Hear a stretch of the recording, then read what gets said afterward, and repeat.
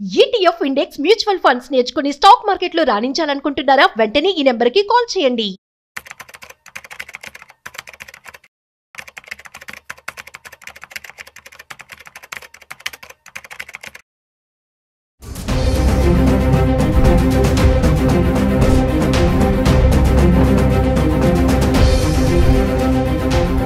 Hi hello నమస్తే welcome back to Suman TV. Present మనతో పాటు ఉన్నారు stock market analyst Sundar Rama Reddy గారు. నమస్తే సార్. నమస్తే సార్, గోల్డ్ ప్రైసెస్ గురించి మనం చాలా వీడియోలో మాట్లాడుకుంటున్నాం. మరి పెరగడమే కానీ ఎక్కడ తగ్గినట్టు కనిపించడం లేదు. మనం అనుకున్నట్టుగా 1,30,000 దాటేసింది. యాక్చువల్గా 2025 వరకు కూడా ఇంత పెరగదని అనుకున్నా, చాలా మంది చెప్పారు, కానీ ఎక్కడ తగ్గటం లేదు. మరి రీసెంట్గా చూసుకుంటే ట్రంప్ ఫెడ్ రూల్స్ కూడా వడ్డీ రేట్లు తగ్గిస్తున్నాము, దీనివల్ల కూడా బంగారు రేటు ఇంకా మరింత పెరిగే ఛాన్సెస్ ఉన్నాయని చెప్తున్నారు. ఒకసారి వివరాలకు వెళ్తే వరల్డ్ వైడ్ కూడా అన్ని చోట్ల ఎక్కడ చూసినా సరే గోల్డ్ గోల్డ్ గోల్డ్ అంటే పర్టికులర్గా ఈ సెంట్రల్ బ్యాంక్స్ కొనటంతో ఒకసారికి మూమెంటం వచ్చింది. మామూలుగా అయితే గోల్డ్ ఎప్పుడైనా ఒక 12% ప్రయాణం ఎక్స్పెక్ట్ చేయొచ్చు. 20 అంటే చాలా బాగా వచ్చినట్టు లెక్క. బట్ ఇలా 30, 40, 50, 60 పోతూనే ఉందన్నమాట ఇక్కడ. ఇప్పుడు గోల్డ్ ఎక్కడ ఆగిద్దని నెక్స్ట్ క్వశ్చన్ అనమాట. అండ్ సెంట్రల్ బ్యాంక్స్ ఈ కొన్నంత వరకు పెరుగుతూనే ఉంటుందండి. అది ఫస్ట్ టైం ఏంటంటే 1970 తర్వాత అనమాట ఈ రేంజ్ లో ఇలా పెరగడం అనేది. గోల్డ్ అబ్నార్మల్ గా పెరగడం అనేది 2-3 ఏళ్ళ డెకెట్కి ఒకసారి జరిగింది, 2-3 డెకెట్కి ఒకసారి జరిగింది. ఆగిందంటే కూడా ఒకసారి సైడ్ మార్కెట్ వెళ్ళిపోద్ది అనమాట. 71 నుంచి 1980 వరకు 30 టైమ్స్ పెరిగింది గోల్డ్, 30 టైమ్స్. తర్వాత 1980 దగ్గర నుంచి 2000 వరకు 20 ఇయర్స్ జీరో రిటర్న్స్. అంటే ప్రతి సైకిలికల్ నేచర్ ఎసెట్ క్లాస్కి ఎలా ఉంటుందో గోల్డ్ కూడా ఉంది. బట్ ఈసారి ఏంటి డిఫరెంట్ అంటే ఈసారి సెంట్రల్ బ్యాంక్స్ కొంటున్నాయి. అంటే 2008కి ముందు అసలు వరల్డ్ వైడ్గా ఏ సెంట్రల్ బ్యాంక్ ఉన్నట్టు మన దగ్గర హిస్టరీ కూడా లేదు, 2008 వరకు కూడా. అంటే 2008 తర్వాత సెంట్రల్ బ్యాంక్స్ కొంచెం కొంచెం కొంట బిగిన్ చేసినాయి. బట్ కోవిడ్ తర్వాత టూ మచ్ కొంటున్నాయి. ఎప్పుడైతే ఈ ఉక్రెయిన్ రష్యా వార్ జరిగిన కాడ నుంచి వాళ్ళ సిప్ సిస్టంలో రష్యా వాళ్ళని ఎప్పుడైతే బ్యాన్ చేశారో, వాళ్ళ మనీని బ్లాక్ చేశారో వరల్డ్ వైడ్గా, డాలర్ మీద ఫస్ట్ టైం క్వశ్చన్ మార్క్ వచ్చింది. అండ్ సెకండ్ టైం ఈ ట్రంప్ ఈ టారిఫ్స్ని ఒక వెపన్ లాగా వాడేసరికల్లా అంటే ప్రపంచవ్యాప్తంగా ఈ అమెరికన్ ఎకానమీ మీద ఈ డాలర్ మీద ఆ మోజు తగ్గిపోయింది. స్లోగా వాళ్ళు గోల్డ్లో కన్వర్ట్ చేస్తున్నారు.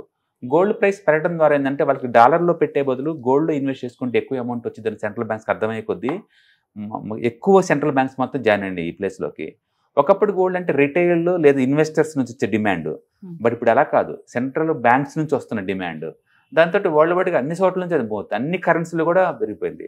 అండ్ హిస్టారికల్గా కూడా మంత్లీ చార్ట్స్ మీద ఈ కప్ అండ్ హ్యాండిల్ ప్యాటర్న్ అనమాట, చాలా పవర్ఫుల్ ప్యాటర్న్. అది బ్రేక్అవుటే మూవ్ అవుతూనే ఉంది. ఇప్పుడు క్వశ్చన్ ఏంటంటే ఇది ఎక్కడ ఆగిద్ది అనేది. ఇది ఎక్కడ ఆగిద్ది అనే బదులు సెంట్రల్ బ్యాంక్స్ ఎప్పుడు కొంటాం ఆపుతాయి అనేది బెటరు, లేదా డాలర్ ఎప్పుడు వీక్ అవ్వకుండా స్ట్రాంగ్గా ఆగిద్ది అనేది క్వశ్చన్ అనమాట. అప్పుడు దాకా పడుతూనే ఉంటుంది. సో డివైఎక్స్ డ్రాప్ అయినంత కాలం, సెంట్రల్ బ్యాంక్స్ ఇన్వెస్ట్ చేసినంత కాలం ముందుకు పోతూనే ఉంటాయి. రీసెంట్గా గోల్డ్మన్ సాక్స్ రిపోర్ట్ ఇచ్చారండి. వాళ్ళు 4000 ఫర్ అవన్స్ ఉన్నప్పుడు ఇచ్చారు వాళ్ళు రిపోర్టు. 4900 వరకు వెళ్తుంది నెక్స్ట్ డిసెంబర్ కల్లా అన్నారు. ఇప్పుడు లైవ్లో ఆల్రెడీ 4200-300కి వచ్చిందండి ఆల్రెడీ ఇప్పుడు లైవ్లో. అంటే వాళ్ళు ఇచ్చిన ప్రిడిక్షన్ కన్నా ఇంకా ముందే టార్గెట్ రీచ్ అయ్యేలాగా ఉందనమాట. ఈ లెక్కన ఏంటంటే నెక్స్ట్ ఇయర్ డిసెంబర్ కల్లా ఇండియాలో కూడా గోల్డ్ 1.5 lakhs చేరిద్ది 10 grams గోల్డ్. అది ఇప్పుడే 1.3కి వచ్చేసింది ఆల్రెడీ. అందుకని గోల్డ్ ఇంక మళ్ళీ బ్యాక్ ఈవెన్ అట్లీస్ట్ 1 lakh దగ్గరకు వచ్చిద్ది అంటే చెప్పడం కష్టమే. అండ్ అమెరికాలో ఈ ట్రేడ్ టారిఫ్స్ దాంతో అన్సర్టనిటీ తోటి అంటే గవర్నమెంట్ షట్ డౌన్ చేసి ఇంతవరకు దాని నుంచి ఎలాంటి ఇది ఆపేసరికల్లా టోటల్ మీద ఈ ఫియట్ కరెన్సీ సిస్టమ్ మీదే, మ్యాన్మేడ్ కరెన్సీ సిస్టమ్ మీద డౌట్ఫుల్ వచ్చిందన్నమాట హిస్టరీలో ఫస్ట్ టైం ఈ రేంజ్లో. అందుకని గోల్డ్ కలిసి మూవ్ అవుతున్నారు. అందుకని గోల్డ్ ఇప్పుడల్లా ఆగిద్ది అంటే చెప్పడం కష్టం. బట్ అదే టైంలో ఈ రేట్ దగ్గర ఎవరైనా బై చేయొచ్చా అంటే కూడా చెప్పడం కష్టం. ఎందుకంటే మనం వాలటిలిటీ జోన్లోకి వచ్చాము. ఆ గోల్డ్ +3 -3 ఎటో ఒకటి ఊగుతూ ఉంటుంది ఎవ్రీడే. ఈ టైంలో కూడా మనం ఇన్వెస్ట్మెంట్కి అడ్వైజ్ చేయడం కూడా అంత బెటర్ ఏం కాదు. ఎవరైనా గోల్డ్ ఎక్స్పోజ్ అవుతాం అనుకుంటే మల్టీ అసెట్ అలొకేషన్ ఫండ్స్ ద్వారా కొంత డబ్బుని అలొకేట్ చేయడం బెటర్. అచ్చం గోల్డ్ తీసుకోకూడదు అనమాట. ఎందుకంటే గోల్డ్ అనేది ఒక హెడ్జింగ్ కోసము, ఒక డైవర్సిఫికేషన్ కోసం ఎప్పుడు అయిపోయింది. ఇప్పుడు ప్రస్తుతానికి స్పెక్యులేషన్ మూమెంట్ అని నడుస్తుంది దాంట్లో. అందుకని వరల్డ్ వైడ్గా ఎకానమీ ఈవెన్ స్టేబుల్గా ఉన్నా సరే సెంట్రల్ బ్యాంక్స్ కొంటున్నాయి కాబట్టి డాలర్లో నుంచి గోల్డ్లో షిఫ్ట్ అవుతుంది. మనం కనుక చూసుకుంటే వరల్డ్ వైడ్గా 45% అసెట్స్ మొత్తం డెట్ ఫార్మేట్స్లో ఉంటాయి, 40% ఈక్విటీ అసెట్స్లో ఉంటాయి, 1% గోల్డ్ ఉంటుంది వరల్డ్ వైడ్గా. ఇప్పుడు సెంట్రల్ బ్యాంక్స్ 1% డెట్ని కనుక గోల్డ్కి మార్చారనుకోండి, గోల్డ్ 4900 కాదండి, 5900కి వెళ్ళిపోయే ఛాన్స్ ఉంది. కాబట్టి సెంట్రల్ బ్యాంక్స్ అన్ని కొంటున్నంత కాలం గోల్డ్ ఇలా పరిగెడుతూనే ఉంటుంది. కాబట్టి ఈ టైంలో మనం ఆగిద్ది అని అంటానికి క్వశ్చన్ ఏం లేదు, కానీ బట్ టూ మచ్గా పెరుగుతుంది అనేది అయితే గ్యారంటీ. సో సిల్వర్ అయినా గోల్డ్ అయినా సరే ఈ రేట్ల దగ్గర కొత్తగా ఇన్వెస్ట్మెంట్ చేసుకోండి అని చెప్పేసి మనం ఎవరిని రికమెండ్ చేయలేము. అండ్ అది +or-3% ఎవ్రీడే మూవ్ అయ్యే ఛాన్స్ ఉంది ఇప్పుడు నుంచి. కాబట్టి కొంచెం స్ట్రెంత్లో ఉన్నప్పుడే కొంత ప్రాఫిట్ బుక్ చేసుకొని డిప్ అయినప్పుడల్లా బై చేసుకోవడం బెటర్ అనమాట. మరి ధన్తెరస్, దివాళీ ఉంది, ఇంకా పెరుగుతుంది అంటారు ఈ 2 days లో? మీరు ఇండియన్ పర్స్పెక్టివ్ లో చూస్తున్నారు, నేను గ్లోబల్ పర్స్పెక్టివ్ లో చూస్తున్నాను. అండ్ వరల్డ్ వైడ్ గా హ్యూజ్ డిమాండ్ ఉందండి. గోల్డ్ కి ఎవ్రీడే ధనవంతరి ఫెస్టివల్ జరుగుతుంది ఆల్రెడీ. సపరేట్ గా ఫెస్టివల్ ఏం అవసరం లేదు. ఇప్పుడు ఏదైనా కొంటే ఏదైనా డిప్ వస్తే అందరూ హ్యాపీ ఫీల్ అవుతారు, కానీ బట్ డిప్ వచ్చే ఛాన్స్ కనపడలేదు, అది పెరుగుతూనే ఉంది. మరి కమింగ్ టు ట్రంప్ చూసుకుంటే మరి రీసెంట్ గా చైనా పైన అదనంగా 100% ట్యాక్స్ విధించారు. దీనివల్ల కూడా మరింత పెరిగే ఛాన్స్. నేను అదే అంటుంది, ఈ ట్రంప్ ఈ టారిఫ్ వారు ఉన్నత కాలం ఈ డాలర్ని వాళ్ళు ఎప్పుడైతే వెపన్ లాగా వాడారో అప్పటి నుంచి ప్రపంచానికి దాని మీద విరక్తి పుట్టింది. అండ్ దాని మీద డిపెండెన్స్ తగ్గించుకుంటూ దీనికి వెళ్తున్నారు. యూజువల్గా వరల్డ్ వైడ్ సెంట్రల్ బ్యాంక్స్ ఏంటంటే వాళ్ళ దగ్గర మిగిలిపోయిన డబ్బు మొత్తం డాలర్లో మార్చుకొని స్టోర్ చేసుకుంటారు.